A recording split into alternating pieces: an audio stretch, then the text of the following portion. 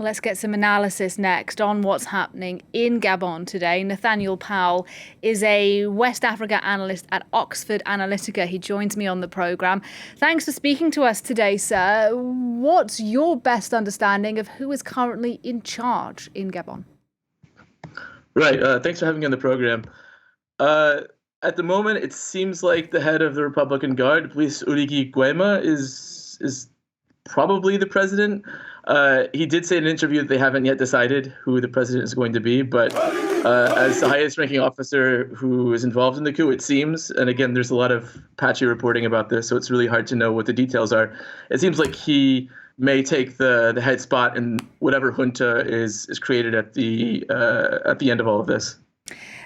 Yes, the army then clearly have seized power here, but I'm wondering about the timing because the Bongo family have ruled Gabon for over 50 years. Why do you think the army decided now's the time for action and not, say, after the election in 2016, where there were also allegations of significant corruption? Sure. I think there are parts of that question that are very difficult to answer, but what one can say is, first of all, there has been a recent history of coup attempts, right? In 2019, there was a coup attempt that was relatively quickly put down.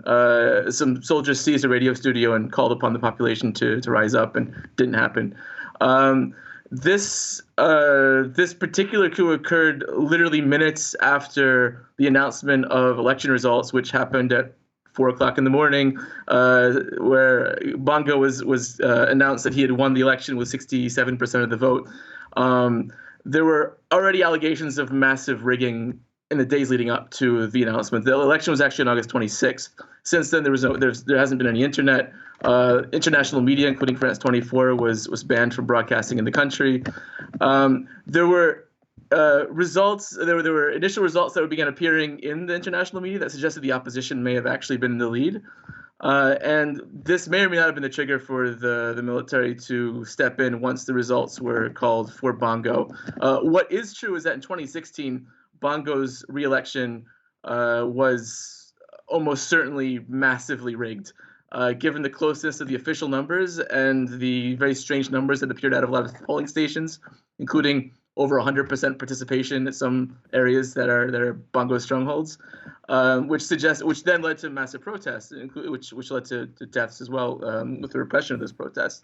So I think there's already an expectation among much of the population, particularly in urban areas where the Bongos are very unpopular, that this election would not be legitimate anyway. So when the announcement came, this was a perfect pretext or opportunity, or perhaps they were genuinely motivated by democratic motives, for the junta for the military to step in and oust Ali Bongo.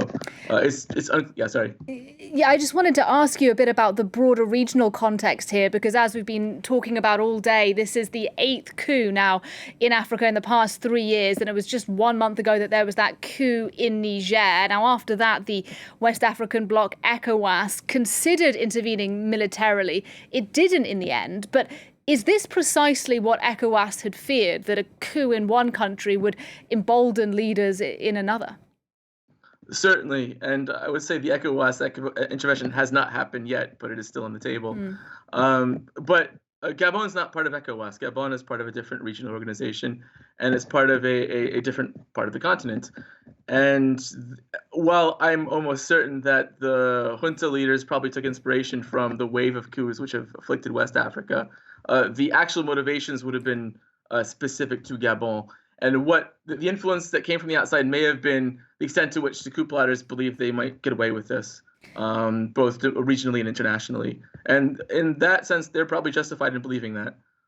Can I ask you what you made of the fact that Ali Bongo, in that video clip we played a short while ago, spoke in English rather than in French? Is that a sign he's trying to reach sort of beyond his historic ally in France?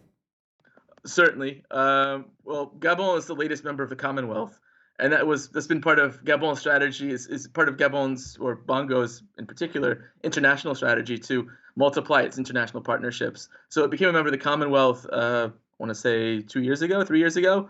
And so by speaking in English, he's reaching out to Gabon's international partners who are in the English-speaking world, but also to Gabon's other partners like China, which is Gabon's largest investor, even though it's not an English-speaking country, that is the medium of communication between Gabonese and Chinese officials. So I think it's a way of it's really directed towards an international audience and asking for pressure to be put on the junta to step down and relinquish control back to Bongo.